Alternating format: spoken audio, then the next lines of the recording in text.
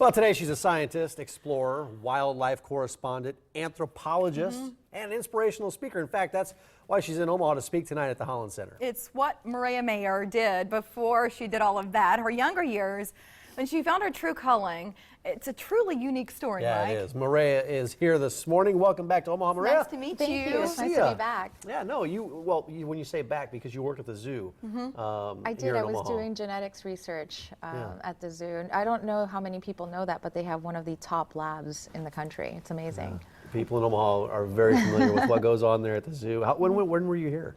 I was last year, 5 years ago. Are you working on a particular project now, or are you mostly traveling and learning and speaking? Yes to all of that. So I still go back to Madagascar quite a lot. I just was in Rwanda 2 weeks ago with the mountain gorillas, and hopefully I'll be at the zoo today.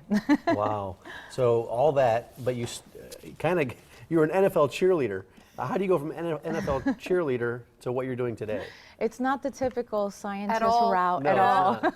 I was a huge football fan, and I happened to be an okay dancer, and I thought this is a great way to go watch the football games on the sidelines. Yeah. So I did that for a while before my true calling of going off into the field and working on wild animals. How did you find that calling? I was a student at the University of Miami, and I took an anthropology class, and just to fulfill a science requirement, and I just fell in love with the subject. And there's all these amazing animals we knew so little about, and they were on the verge of extinction, and I thought, right, I want to do something. What are we looking at here? This is video. Oh, there, I'm in South America climbing these tapuis, which Sir Arthur Conan Doyle coined the lost world. And there I'm capturing lemurs with Dr. Ed Lewis from the Omaha Zoo, and we were capturing them for genetic research. And there is the smallest primate in the world, a little mouse lemur, which we discovered, again, with Dr. Ed Lewis in Madagascar. Wow. The show tonight, it's called Pink Boots and a Machete. That's correct. What inspired the title? So I was usually the only woman in the field, and rather than sort of play down the femininity, I wore these bright pink boots to trek around the forest to play it up. Yeah. And of course, I needed a machete. That was not for show. I had to have a machete to hack my way through jungle. So it just became Pink Boots and a Machete. What do you talk about on stage?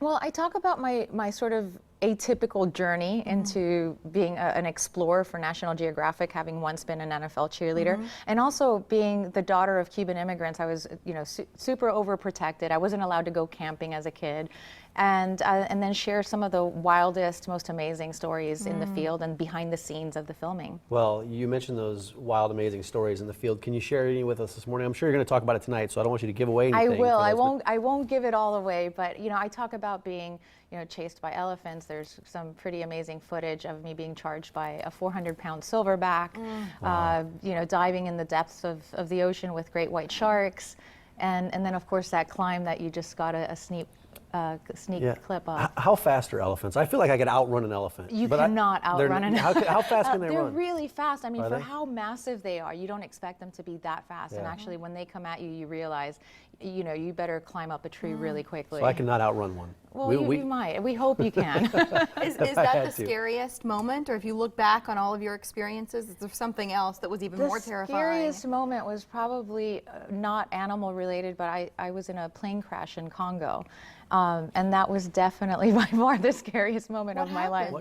The plane literally ran out of fuel, and it was not even a long flight, but suddenly we were brushing the treetops and crashing into a big open field. Thank goodness. Did you see your life? I mean, did you think So this you was it? literally see your life flash before your eyes. Like at that time, I had 2 daughters, and I had the split image of them in my head going through my mind. Oh my gosh! Did everybody survive? Everyone survived. Thank yes. goodness. You had 2 kids then. You've got 5 now. Yes. How are they with the animals and your lifestyle, considering how much you're traveling? They love it, and they don't know any different, right? So mom is usually packing a suitcase and going off somewhere, but also bringing them really cool, animal they've photographs. Got the best souvenirs. And I'm constantly going to their classes and giving talks, and they all love animals. And one of them is already begging me to go into the jungle with me. So that'll be when I go on fun. vacation, I bring my kids a T-shirt. You bring yours a tiger tooth or something. That's right.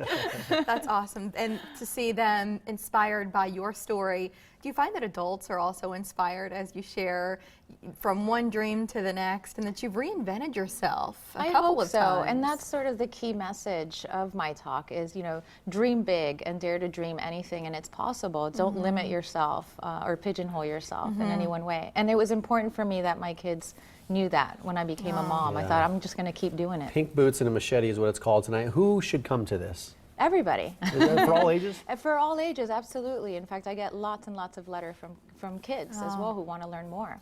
The website, if you'd like to get your tickets while a few remain, it's ticketomaha.com, or you can call 345-0606.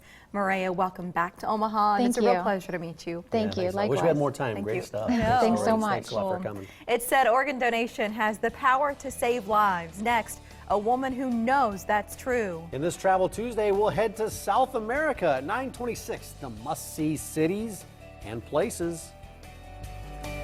KMTV